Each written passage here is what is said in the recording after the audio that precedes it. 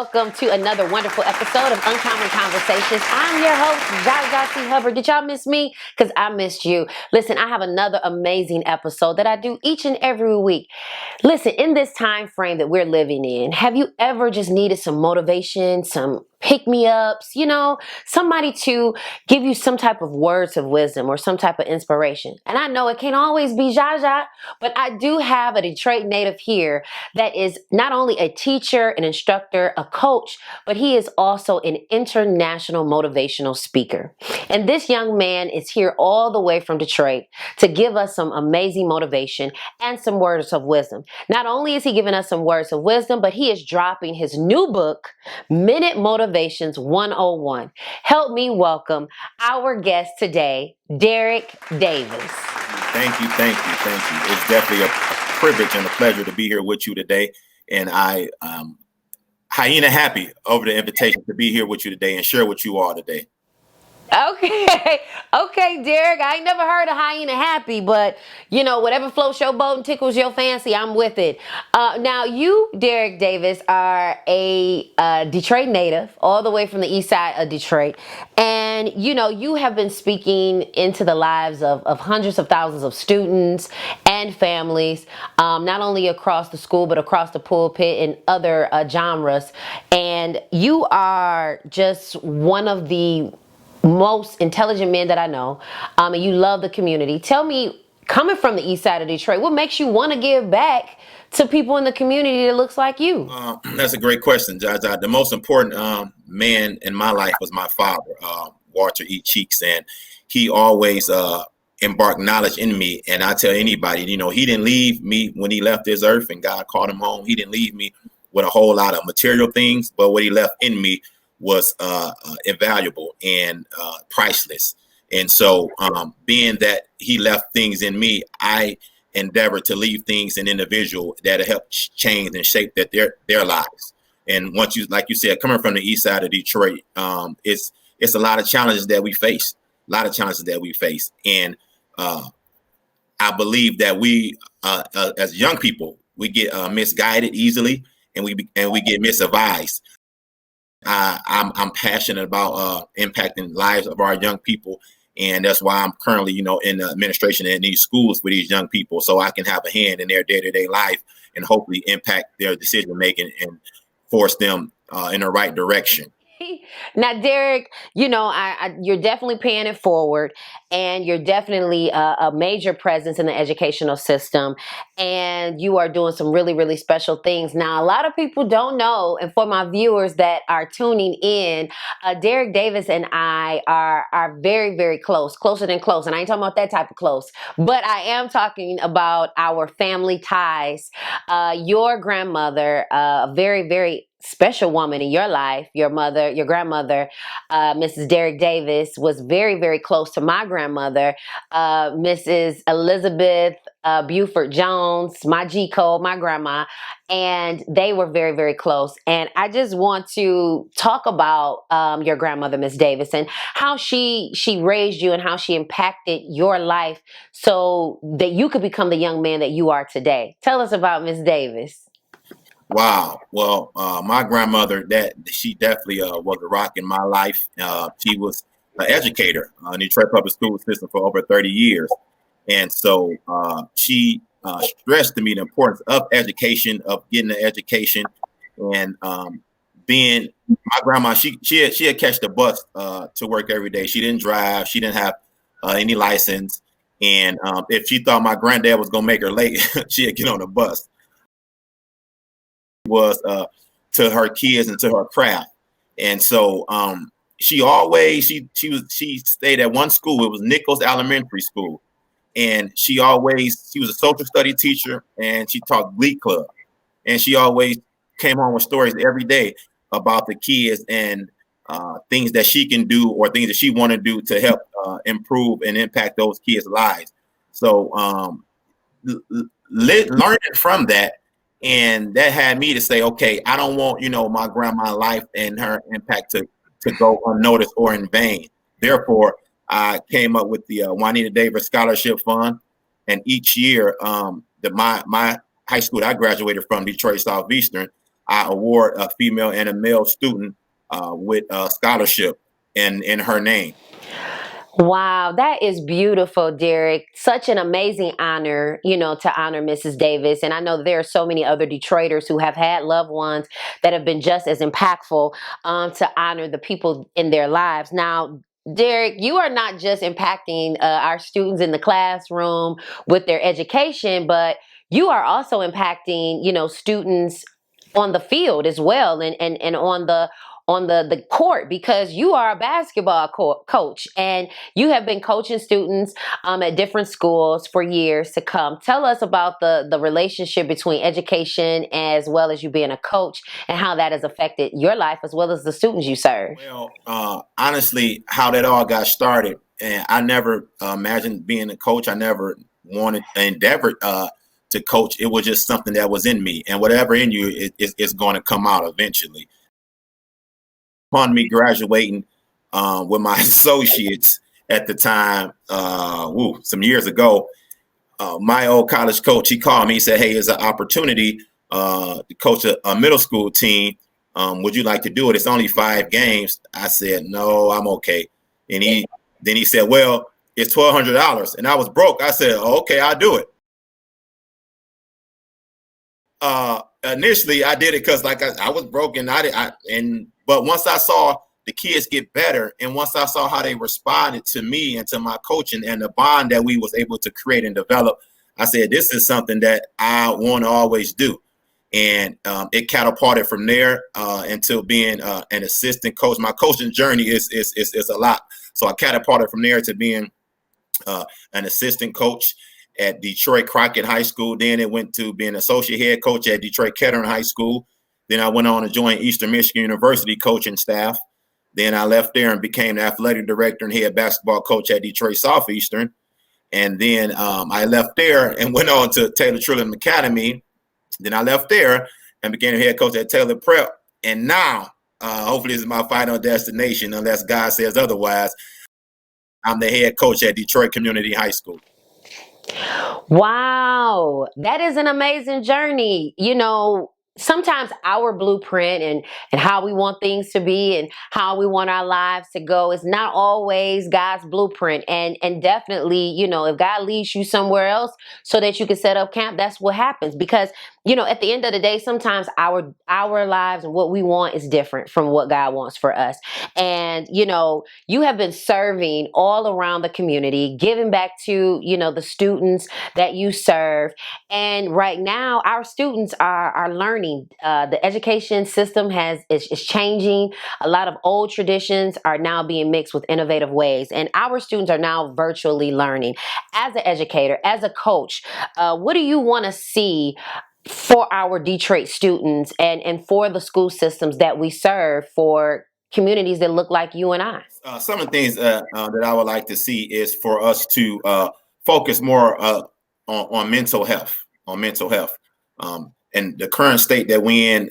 We are facing unprecedented times that none of us have ever seen before. It, to me, it's an extra and additional hurdle when you trying to ask a student, male or female, to figure out this equation or do this essay when they don't know what's going on from one day to the next. And so I think we need to put a little more focus on our children's mental health and mental state that they're in, especially at this time. Yeah, and that is so true. Derrick, you are a new author, and you are giving some major tips to motivate some people in this new book.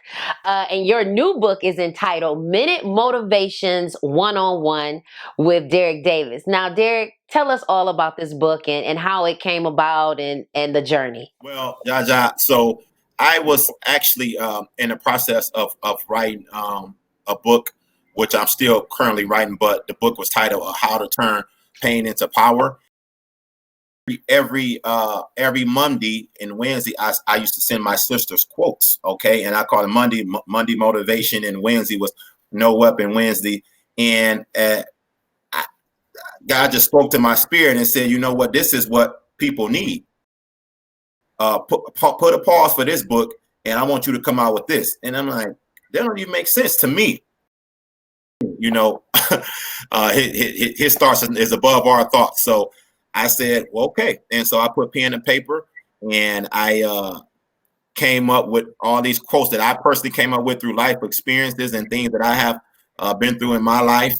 And I came up with 101 quotes, and I penned it to the paper and put it in a book, and it's Minute Motivations 101. Now, Derrick, your new book, Minute Motivations 101, has some amazing quotes in it. Give me one of those quotes that you have in the book, and where do they come from? What does it mean? And all that good stuff. Because, at this present time, Derrick, people are looking for wisdom. They are looking for something to motivate them in these trying times. Give me one of your quotes.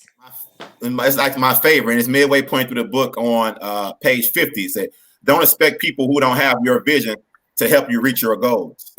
And so basically what that is, I don't know if you ever had a business plan or a vision, and you tell someone who you thought that was it could be a loved one or a friend, and they say, oh, okay, and they kind of shrug it off or kind of brush it to the side or say, hey, well, yeah, you should do it.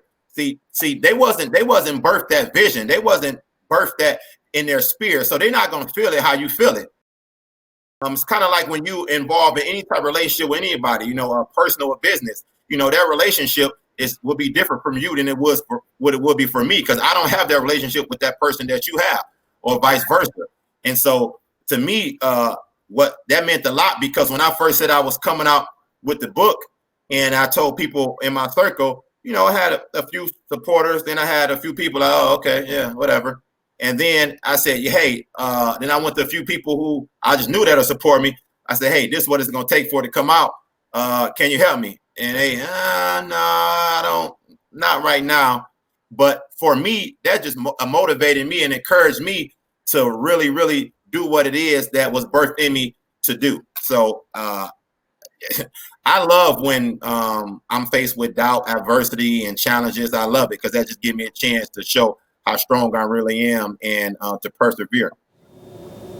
Now, Derrick, you and I both are Detroit natives, and we know that our city has formed some amazing rising stars. We have seen people grace stages, magazines, and all kind of amazing accomplishments. What do you wish to see for the city of Detroit and for the future of the residents for the city of Detroit? Well, what I would love to see is for the city of Detroit to give more opportunities to minorities. From what I've heard, speak a good game, but really not for real, for real. Being a bridge for minority businesses, for entrepreneurs to catapult into another stratosphere of business, a stratosphere of finances. All the contract and major opportunities, we don't get an opportunity to get a chance to have a seat at the table for those opportunities. And as blood-born native Detroiters, I think it's only right that we are given an opportunity to further our business in a city that groomed us and that we love so much. Yes, absolutely, Derrick. I would definitely love to see, our young women and our young men that look like you and I get those type of opportunities, because it is extremely important, because across 8 Mile or across other sectors, they are giving those opportunities away, and they're not giving them away to people that look like you and I. Now, during this time, you have come across a lot of families, a lot of students, and this has been a trying time for a lot of people. Derrick, what have you learned during this pandemic and all of the ramifications and results from COVID-19? What have you learned during this time? Take nothing for granted. Nothing for granted. I mean, I know that sounds cliche-ish, but every day that you are blessed to have above ground, live it to the fullest. Take nothing, no minute, no moment for granted, and say, well, I'm gonna do this tomorrow, or I'm gonna just call this person tomorrow, or I'm gonna send it to. I get it done right then and right there, because tomorrow is not promised. Forget tomorrow. The next hour is not promised to any of us. And it was an experience that I had, and I'll share a student of mine. She was raised by her mom, single parent, and her mom did her best. Her mom did her best, and they were content. I would say they were content, and they were happy. And her mother 2 years younger than what I am, in her 30s. And last month, her mom went to sleep and didn't wake up, and had no prior health conditions or none of that. And so the drastic change I seen in this young lady, it hurt me, but I'm not. It's obvious why she's changed how she's changed. Her life has changed. And so, we tried, we're trying currently to provide all the resources we possibly can to help her to get through this troubling and trying times. But yet and still, what do you tell a student whose mother just didn't wake up? Yes, I totally agree with you, Derrick. You being a black man, Derrick, growing up in the city of Detroit, having to deal with violence in our community, having to deal with poverty and the socioeconomic differences that separate us from other families and other ethnicities. What words of wisdom would you like to give to young men and young women that look like you and I? Well, I will simply let them know that if you plan on living this life, it's going to be some hard times. It's going to be some challenges. It's going to be some trials and tribulations that you will have to go through. Know that that's the key word when I say go through. So they're only temporary. They won't last. And but when you go through them and when you make it through them, you'll be better for it. And just know, no matter how good of a person that you are or may be, trouble still goes somehow, and challenges still go somehow find your address. Yeah, absolutely. Yes, it will. And in the beginning of the show, Derrick, you talked all about honoring Miss Davis, your grandmother, and just continuing her legacy. Now, I want to ask you, Derrick, you've done so many great things. What are some of the legacy that you want to leave for the next generation to come? When you leave this earth, what do you want people to know about what Derrick Davis has done and the legacy that you want to leave for others? Josh, that's a great question. But when I leave this life, I will hope someone will say that man had an impact on my life. Yeah, absolutely. Because, this pandemic has definitely impacted our lives. It has ruffled some feathers. It has caused people to literally break out in a sweat. And I like to have my guests come on the show and they play a little game with me. It's called the Survival Kit game.